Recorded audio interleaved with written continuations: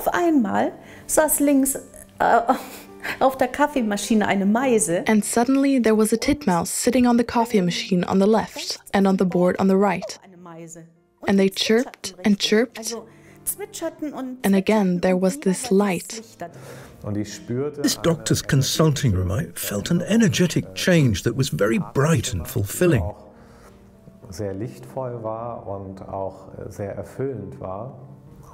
Then the doctor told me that an angel appeared behind him, which he clearly felt.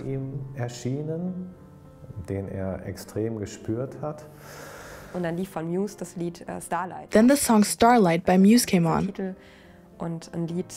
Of all things, this title, a song that I had actually never heard on the radio and that I also didn't expect. It was just this special moment, this shooting star, the song Starlight, and the feeling inside me. Wow, he's telling me again that he's there. I talked to him about it again and again during his lifetime. I said, "You will come forward and you will accompany me." When I turn off the radio and the Adagio from Bruckner's 7th Symphony is playing, I know it's a sign from him. 4 or 5 days after my sister died, I was having lunch with a friend. I said I would just like a sign to show me that she's there, that she hears everything. And at that moment, a young girl stands up in the restaurant and shouts my sister's name throughout the restaurant. Since then, I have enjoyed often quoting Albert Einstein, who once said, "Coincidence is God's way of remaining anonymous." This is a common thread running through many areas of my life.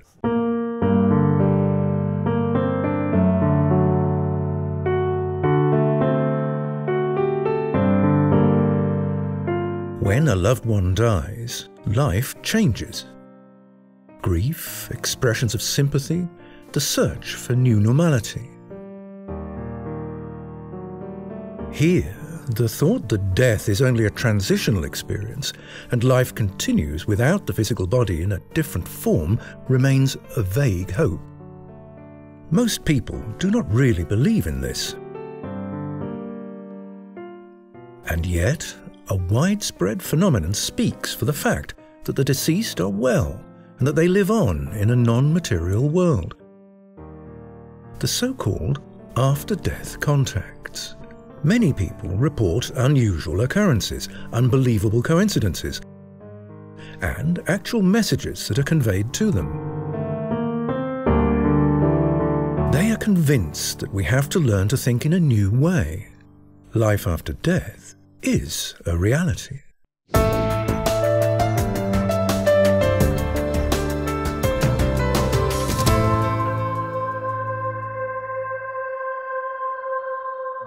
Studies show that after-death contacts in the immediate family circle are very common. Yet in our culture, the sensing of a presence or striking events that point to the deceased are explained away as mere coincidence. This need not be so. In Nepal, Silke Szymura-Laux experienced the sudden death of her friend as a young woman. The completely different way of dealing with this tragic event there was ultimately a gift for her. She no longer has any doubts about life after death. 2013 ist mein damaliger Lebensgefährte. In 2013, my partner at the time, Julian, we were together in Nepal, died suddenly and unexpectedly there, simply on a day when we were going for a walk. He just tipped over and died. I'm just telling you this now, but of course, what happened at that moment was beyond words. Of course, I didn't know how to deal with it at all, especially in a foreign country like Nepal.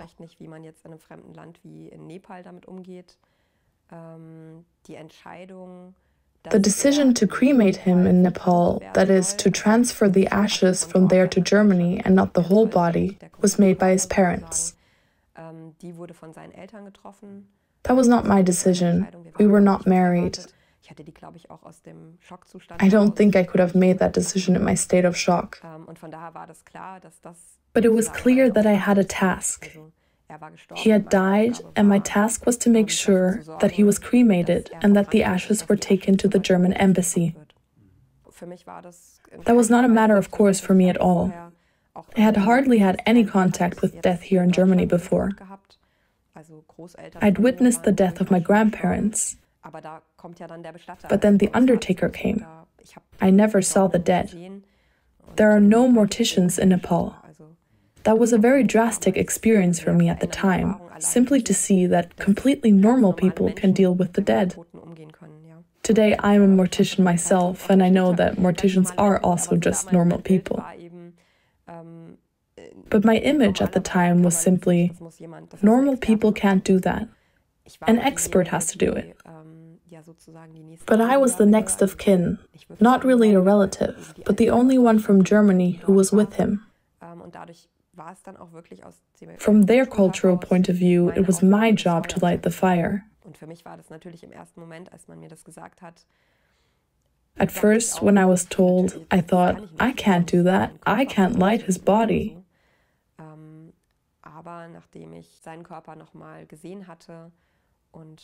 But when I saw his body again, I met his soul, which I didn't expect because I hadn't believed in anything before. And for me, dead was simply dead. When the body no longer functions, then everything is over, because there is only the body.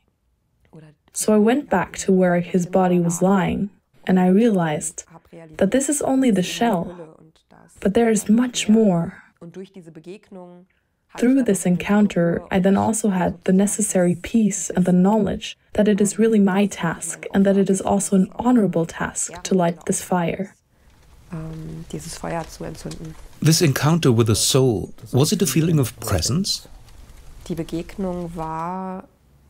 Yes.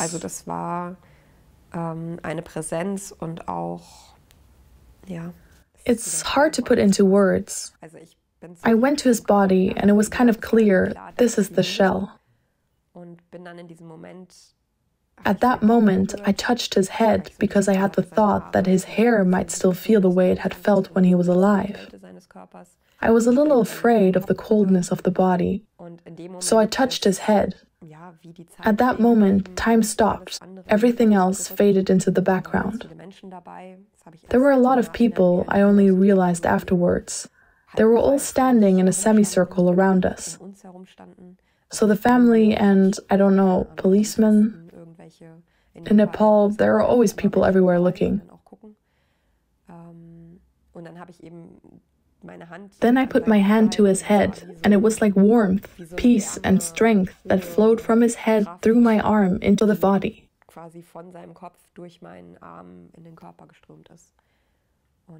I just felt that he was there. I didn't see anything, but it was just a feeling that he was there waiting for us to say goodbye again. Because there had been no goodbyes. I was with him when he died, but that was a quite scary moment. It all happened very quickly. The doctor, resuscitation, and so on. Now that moment was like a goodbye, and for me, it was a moment that in retrospect changed everything, because I felt and experienced that there is more than just the body or the rational. Did you talk to anyone about this feeling? Or did you rather have the impression that you don't have to talk about it at all, because it was so natural for everyone? In Nepal, this was a matter of course for everyone, including my German friend who was with me. We had only known each other for a short time at that point. So embedded in this culture, it was self-evident for both of us that there is life after death. She later described what she experienced from the outside. It was as if our two auras had connected with each other. That was her expression for it. Something happened that we were one on this level for a moment. That's what she perceived. I didn't ask everyone who was there, but there was no need for words, because it was just obvious and palpable. In those 3 days from his death until my departure, there were signs and contacts again and again. Even while the fire was burning, I sat by his fire until late at night, warmed by it. And there I also felt how I floated a little over this valley. That's another funny word, and it's difficult to find the words. There was a feeling of loving presence. I was enveloped in love, and it wasn't just our love either. Of course, at that moment, I was first of all focused on Julian, on the fact that I love him, and where I should go with my love for him. And then it developed into something like a bigger, all-encompassing love. It's hard for me to pick out individual moments because everything was guided during those days in Nepal. Back in Germany, I made the experience that here, in this completely different culture, it is much more difficult to simply talk about this topic. You have to explain yourself much more when you talk about it. You can't just say, that's how it was, and everyone says, sure, that's how it was. You have to explain it somehow. And then my rational brain also switched on again more and asked, is that really true? Was it perhaps only like that in Nepal? That was an experience in another world that hadn't quite arrived here yet. So I was here, but the experience was still in Nepal. But then things kept happening here in Germany that I couldn't explain or that I couldn't comprehend. A very nice or impressive example was a few months after Julian's death. I don't remember exactly when it was, but it must have been in autumn. He died in March. I was traveling by car. I have to say that I had never seen shooting stars before. When there were nights with shooting stars, the others always said, oh, there's one and there's one. And I always was like, huh? I always looked in exactly the wrong direction. That evening, it was already dark, but it wasn't that late. There were other cars on the road. I drive up a small hill, look up, and see a shooting star. It wouldn't matter if the doubting mind said maybe it was just a reflection in the window pane. In any case, at that moment, I immediately had the feeling, wow, a shooting star. That might have been enough of a sign, but it wouldn't have been enough for my computer brain, because I could still have found explanations. I played the radio in the car during that time because I couldn't stand the silence very well. Just because of that, I also couldn't listen well to music that meant something to me or to both of us. That was a very emotional time. And then suddenly on the radio, I think it was HR3 or another normal station, a piece by Muse came on. Muse is a band that Julian and I listened to very intensively for a long time, and that bonded us a lot. Our first holiday together, shortly after we were together, was a trip to Stockholm to a Muse concert. That really had a lot of meaning for me at the time. The song Starlight by Muse was playing on the radio. This song, of all things that I had never heard on the radio before and never expected to hear. It was exactly this moment, this shooting star, the song Starlight, and the feeling inside me. Wow, yes, he is telling me again that he is here. So, why do I still doubt? At home, of course, I rationally checked again to see if it was really so. The song was indeed on the online playlist of the radio station.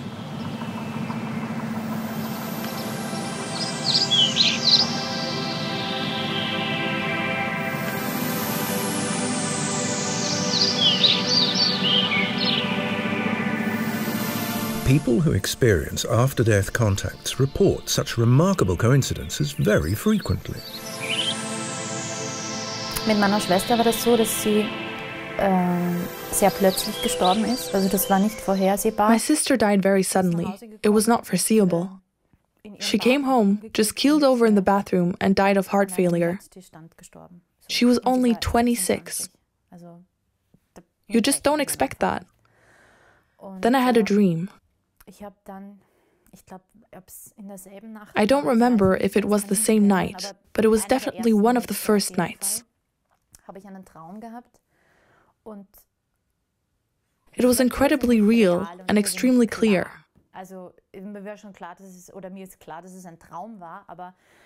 I know it was a dream, but it was like watching a film. It kept me intensely occupied afterwards and is still very much in my mind today. I will probably never forget it. We met in this dream. It was a dark room. I can't tell where it was. She was crying, and I was crying. We fell into each other's arms, and neither of us understood what had just happened, and above all, why. We both asked ourselves, why only, and why now? What is this now?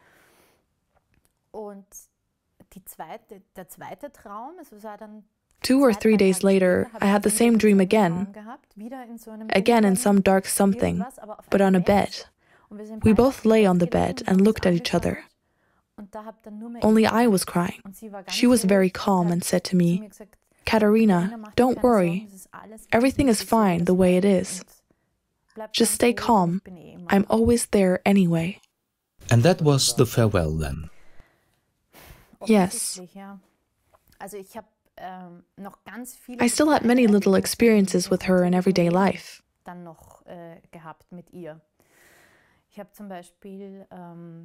For 5 days after my sister died, I was having dinner with a friend. I said, I would just like a sign to show me that she's there, that she hears everything.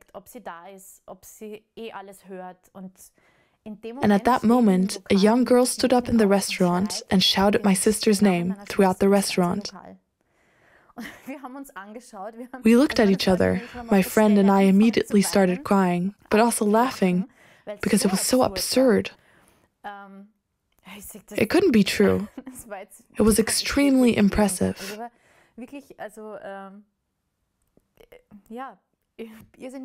How many names are there in the world?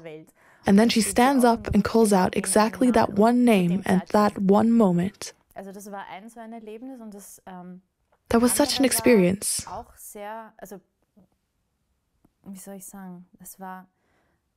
The other one was even more intense. I sold my parents' house and had to clear it out. I also sold a few things over the internet, including an old bedside table. A young girl contacted me. Her name was Joanna, like my sister. I found that very interesting. Remarkably, her name is the same as my sister.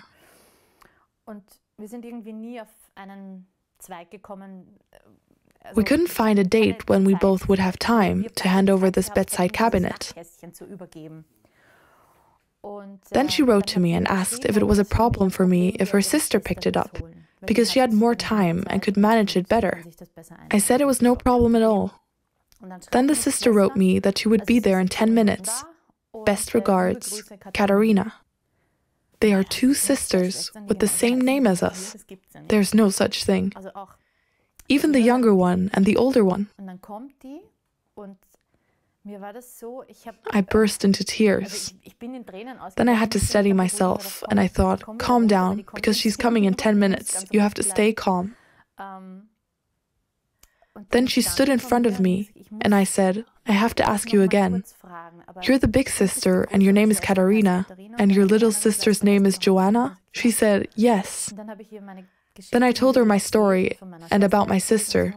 She stood in front of me and started crying. She hugged me and said, you know, I don't believe in coincidences. I think this is a sign from your sister. Things like this don't just happen for no reason. I was invited to a 40th birthday party. My mother was watching the children with my father in our parents' house. I was on the dance floor. There were no smartphones back then, but there were good Nokia phones, and I had a few drinks. The atmosphere was good, everything was great. Suddenly, in the middle of the dance floor, I had that pervasive feeling again. Something happened. Something happened. It was just after midnight. I looked at my mobile phone, but there was no message because there was no reception in this hall where we were partying. I went outside and there was reception. When I activated the mobile phone, a message came immediately. Please come home quickly, something bad has happened. We then drove home very quickly and my father was completely at the end of his tether. My mother lay collapsed, unconscious and unresponsive in the children's room. She collapsed with my little daughter in her arms and was still able to put my daughter Vanessa on the cot while she collapsed. Then she collapsed and was unconscious. We called the ambulance. It came and she was taken to hospital. My father and I followed the ambulance and then arrived at the hospital. Like in a film, tube-lit, deserted corridors in the middle of the night, relatively cold atmosphere. We were immediately intercepted by a doctor with a very sad face and already suspected the worst. Unfortunately, this was exactly the news, that my mother had a burst aneurysm in her head, which meant that the whole brain was already filled with blood and thus almost completely destroyed. She was declared brain dead. The mother is often the only person in life who truly lives by and gives unconditional love.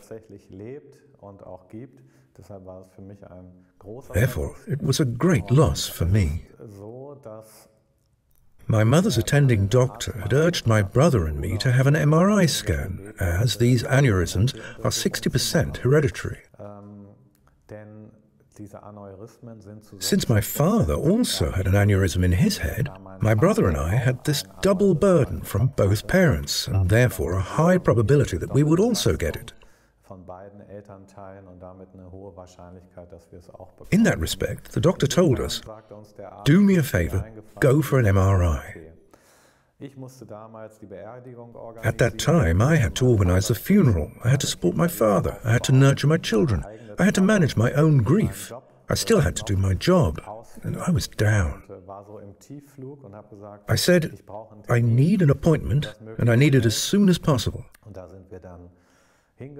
My father and I then went there, my father for a follow-up and I for an initial checkup. There I actually had a very drastic experience, namely my first after-death contact. I didn't know at the time that there was a term for it. What did you experience there? After the examination, I was led into the doctor's room, and then the doctor came, whom I didn't know at all. We had never met before. He was relatively straightforward, friendly, but straightforward. Went to his table with the big monitor showing an image of my brain and said, right at the beginning, "Mr. Albert, everything is fine with you. You don't need to worry. There's nothing wrong with you. It looks perfectly normal." Then he pointed a bit more at the monitors and explained. Suddenly, all of a sudden, this doctor started crying profusely. I had 100 thoughts at that moment. Oh God, hasn't he told you the truth? Do you have something bad? That would be completely illogical. This doctor does nothing else all day. He'll have many patients diagnosed with brain tumor or aneurysm. He won't start crying all the time. It can't be. In that doctor's consulting room, I felt an energetic change that was very bright and very fulfilling.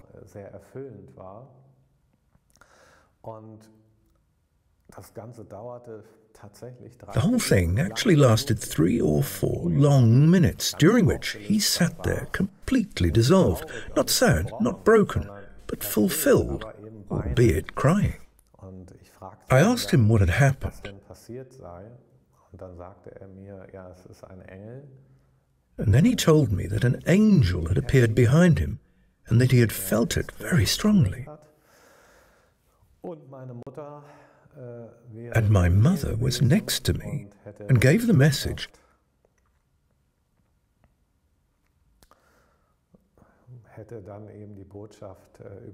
The message, "Don't worry, I'm very well,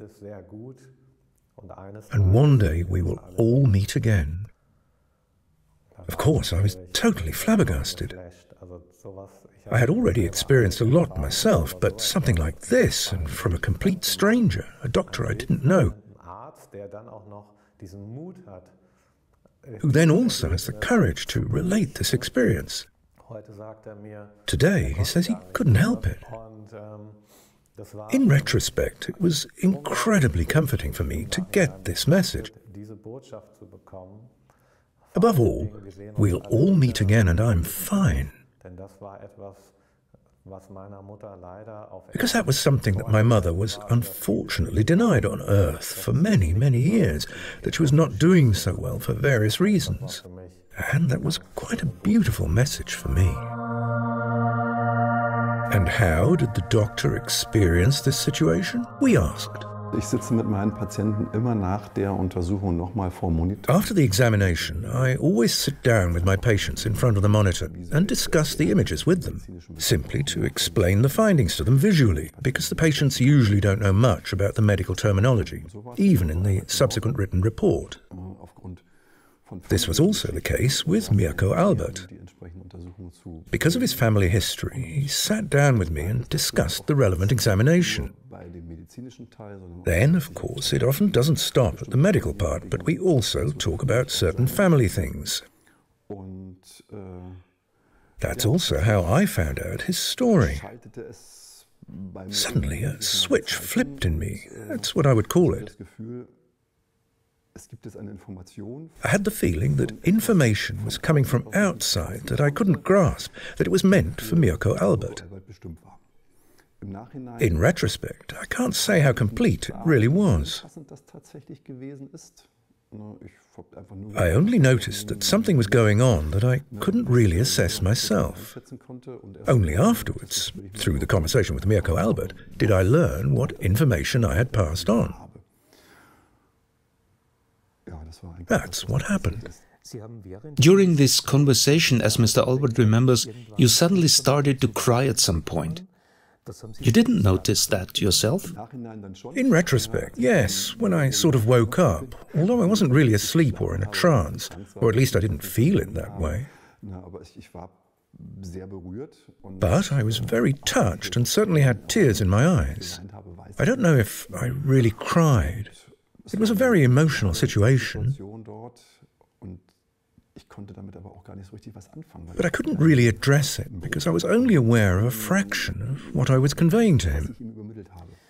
For Mr. Albert, as he reported, it was central an angel had appeared. Next to the angel was his mother, and she conveyed the message, "Don't worry, I'm very well, one day we will all meet again." So you don't consciously remember these contents. As I said, fragments. Angel, yes. Mother, yes. But what information was really exchanged? Not really, no. The core message, all is well. Did you sense that? I sensed that core message. Yes, everything is good, yes. Just to clarify once again, you didn't know Mr. Albert personally before the encounter in your practice? No. No personal contact. It was really our first contact when he came to me as a patient. And before the examination, there was only a short anamnesis, which did not deal with this topic at all. The rest actually developed during the conversation in front of the monitors to explain the medical findings to him. Of course, I always ask the patients about things from their family history, because in some patients, events in their personal life can play a role in the illness. But that was only touched on in Mirko Albert's case.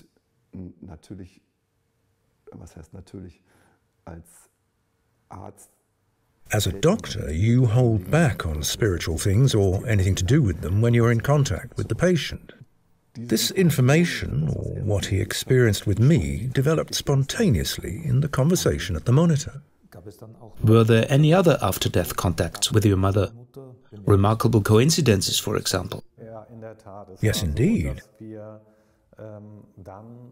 We were invited to a monastery to process our grief a little. We went to this monastery with our children. It was a very open, beautiful monastery. The contact came about through our church community. We just wanted to find a little peace. The monastery was well attended. Many youth groups were there. We were sitting with our family eating, and I noticed a young girl. Not because she was particularly pretty or had any special external features, but she had an incredible, great charisma. I watched her for a while, but then stopped thinking about the young girl. The next morning, my children and I went to the chapel and wanted to light 2 candles. One candle for their grandma, that is my mother, who had just left, and one candle for our dog, who had also died a short time later. We went down, lit the candles, and went back up. It was an incredibly big monastery. There was a west wing and an east wing. We lived in the west wing, and I wanted to go there to lie down for a while. It was very early in the morning. Brother Felix, whom we knew, met us in the corridor and said, "Tell me, Mirko, how are you? Do you like it? Have you visited the library yet?" And I said, "No, Brother Felix, we haven't got round to that yet. We only arrived yesterday, and I haven't visited it yet. But we can do that sometime. You should go to the library sometime." And then I said, "All right, we'll do that." Then we went up 1 floor. There was a sign, right into the library, left into the west wing. Then I said to my children, "Well, let's go to the library and have a look. Maybe there's something nice there." We went into this room of the library and I heard beautiful music coming from a piano. I have 2 absolute favorites on the piano. One is the main theme from the film Forrest Gump, and the other is from the film The Fabulous World of Amélie, Comptine d'un autre été, l'après-midi. And here I actually heard my favorite song from Amélie. I was very touched by that. Then I opened the door to that room. It was large and there was no one around. At the very end, there was a piano, and there was this girl I had seen the day before, sitting at this piano playing this song. She noticed that someone had come into the library and she turned around and wanted to stop playing. We said, No, that's nice. Please keep playing and don't let us disturb you." Then she played the second song, and that was Forrest Gump, main theme. For me, that was a very clear message. And there were others. Also, es war ein großer Schock. That was a big shock. My mother was our rock. Not only for my sister and me, but also for my children. We got the news from the criminal investigation department that my mother had died. She fell. That was quite terrible, even if you are firmly convinced that she is fine. The doctor also told me that she had a cardiac arrest. She didn't consciously experience the impact. There was blood everywhere in the house because she hit the ground. The doctor comforted me a lot because that was my biggest fear. At that time, I was working in a closed ward for drug-addicted young people who were placed there by order.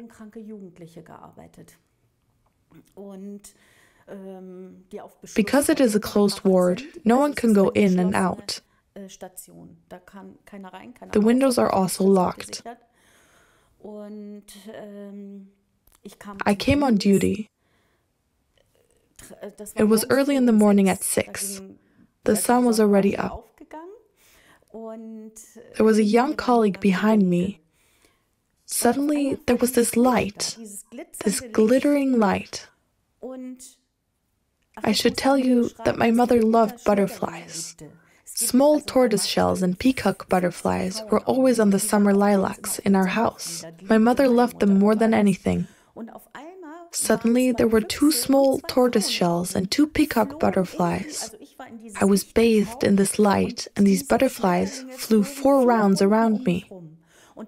The young colleague, maybe 24 or 26 years old, was very impressed. He was watching this, but he didn't dare go in. He witnessed it. He saw it. They were flying around me. For me, it was a time of professional reorientation at that time. That's why I felt insecure. I didn't know whether I should stay in this ward or change again. Should I do something completely different? I explained this because it made sense that the butterflies were there. They flew 4 rounds, and because the door was already open, you go through the sluice and then into the closed ward. They flew out. My colleague said, "My God, Christiane, do you know what I just saw?" I said, "Did you see that?" He said, "Yes.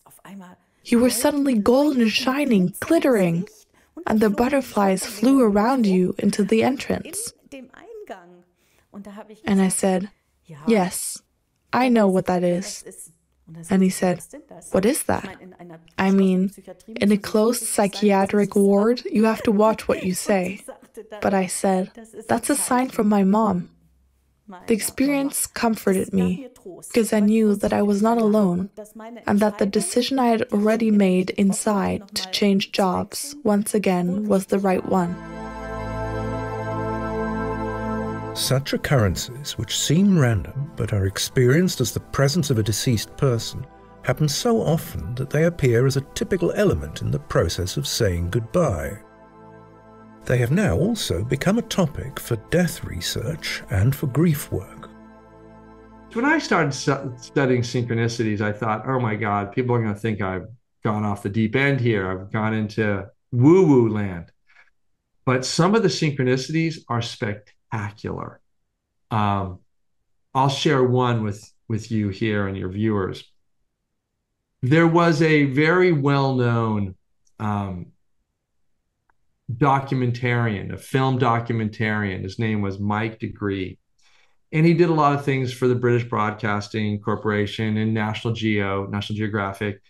And he was a host of, kind of a wildlife program. And he just did lots of work with the nature, and he was an environmentalist and what have you. Well, he died suddenly in a helicopter crash in Australia. And at his funeral, his memorial, a week later, his brother was eulogizing him and said, describe Mike, his brother, as a human exclamation point. A human exclamation point means he lived with vigor and excitement and high energy. After the memorial, they walked down to the beach across the street. This is in Santa Barbara, beach town. They all stood on the beach and they had a ceremony honoring Mike. And in the sky above the water was a cloud formation that looked exactly like a human exclamation point. Looked exactly identical. It was a human exclamation point. That's a synchronicity that's undeniable. Everybody saw it, all 1,000 people. Mimi, his wife, who I worked with in grief and bereavement counseling, and she's fine that I share that because she wants this story to get out to the world to say this is what's possible, thought initially that somebody had paid to have that exclamation point made in the clouds, but it was huge. I mean, it was huge. Later, she realized, wait a minute, how did that happen? And she was very scientific. So it was hard for her to stretch into that. But now she realizes that this is there's a force and power greater than we can know that acts in nature and creates these synchronicities.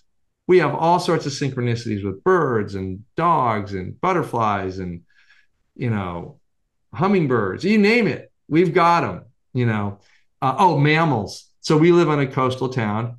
And sometimes I'll say to people in grief and bereavement, go walk along the beach and ask for your departed son to send you a sign. And maybe, send you a sign.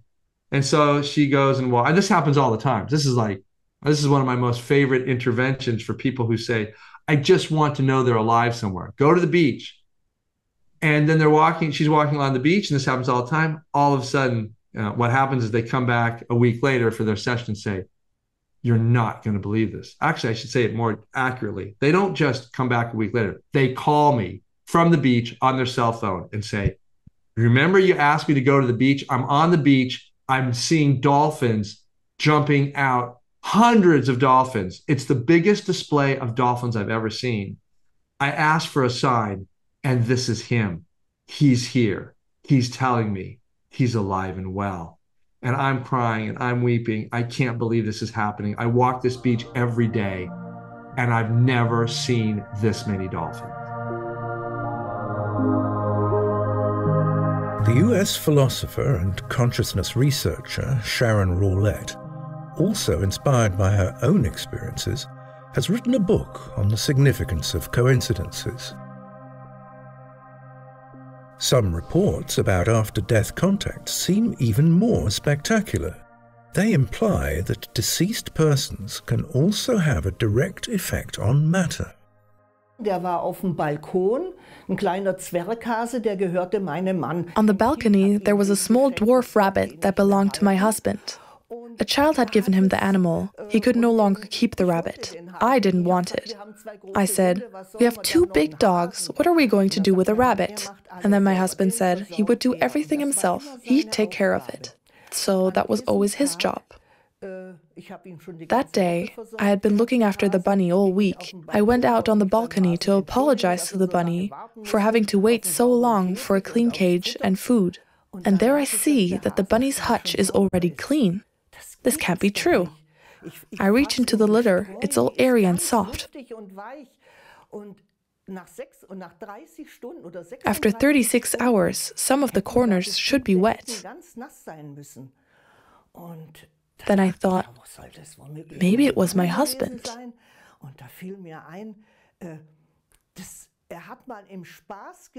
It occurred to me that he had once said jokingly after we had seen the film The Haunted Castle in Spessart, that was with Lila Pulver, there were also ghosts, they helped the Countess. When I'm dead, I'll help you too.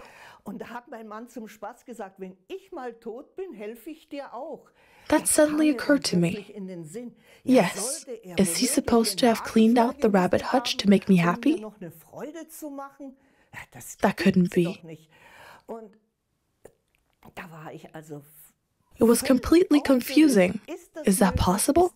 Is it not possible? The rabbit had simply not been given any food. I was so full of it, and I was thinking all the time, did I perhaps unconsciously clean out the rabbit hutch once in between? That can't be. then I would have given the rabbit food. My husband had sometimes said to me that I am a food nut. Yes, that's true. I always made sure that everyone who stayed with us, whether people or animals, had enough to eat. And I, of all people, would have forgotten to give the rabbit food? No. Even my subconscious wouldn't do that. Yes, it was just a crazy day. Der Werner war, wie man so schön sagt, ein Seelenverwandter. Werner was, as they say, a soulmate. We helped each other, and he eventually died of emphysema. He was bedridden for about half a year, but very clear-headed.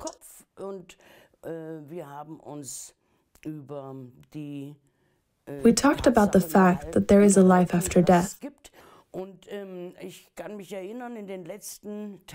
I remember in the last 5 or 6 days before he flew away, I asked him, if it is as we suspected in our conversations, then he may show himself. Then he may give me a sign of confirmation. For man is faithless. Even if we are more or less convinced of things, we lack the final proof. And then something happened. I know it sounds absurd, but I'll tell it anyway. There was a washing machine in the kitchen, and it wasn't brand new. This washing machine didn't pump out the water. I ran the washing machine in the evenings when I was working. The problem went on for days. The laundry is in, the water doesn't drain. On the 5th try, Werner always had a tool bag, a cloth bag with tools. I took the thing, put it on the washing machine, pliers and hammer, and said, "So, Werner, if you can really act on matter, do it now. Fix the washing machine." I went to my study and continued working and writing. 3 hours later, it was in the evening, I go into the kitchen and I think, so, now we'll have a look. And I turn on the washing machine, just rinse and spin. And I'm standing in front of it, and the water is running. I don't believe it. And I look at the kitchen table where Werner was sitting, and in that second, I had a vision. I see him sitting there with a triumphant face. A few days later, I used the washing machine again. It worked. I still couldn't believe it.